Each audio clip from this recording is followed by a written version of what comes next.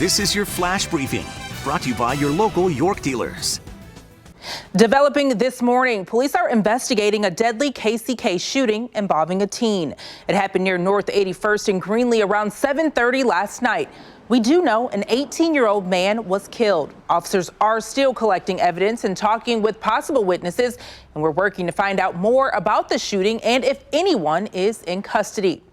And today's proceedings come after House Democrats wrapped up their impeachment arguments. Managers used almost every minute of their 24 hours to try and convince senators President Trump needs to be removed from office. Yesterday, on the final day of their arguments, they wrapped their case for abuse of power and spent hours trying to prove the president obstructed Congress. He orchestrated a cover-up, and he did it in plain sight. No president has ever dared, during an impeachment inquiry, to officially and explicitly order government witnesses to defy House subpoenas. President Trump's attorney says that they'll save the bulk of their arguments for early next week. And breaking this morning, at least 20 people are dead and more than 1,000 others are hurt after a 6.7 magnitude earthquake struck Turkey. More than 100 aftershocks hit shortly after the quake at 8:55 local time.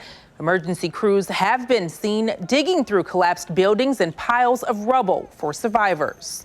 Good Saturday morning. I'm Storm Track 5 meteorologist Alina Lee with an update to your forecast for today. Still going to be chilly through the remainder of the morning. Temperatures getting close to 30 by midday, 32 expected by noon, and maybe a little bit of sunshine, but expect more cloud cover than sunshine through the afternoon hours, which will hold our temperatures steady in the mid-30s through the remainder of today, back down near freezing after sunset, and we'll dip back down into the 20s tonight. So for your forecast this afternoon, once again, a recap: 35 degrees, mostly cloudy, a bit chilly, then 25 tonight, and if clouds break apart just enough, we might even see a little bit of patchy fog develop, and that could lead to some patchy freezing fog, which means there might be some slick spots on the road, so you have to keep that in mind and be careful if you encounter any of that dense fog.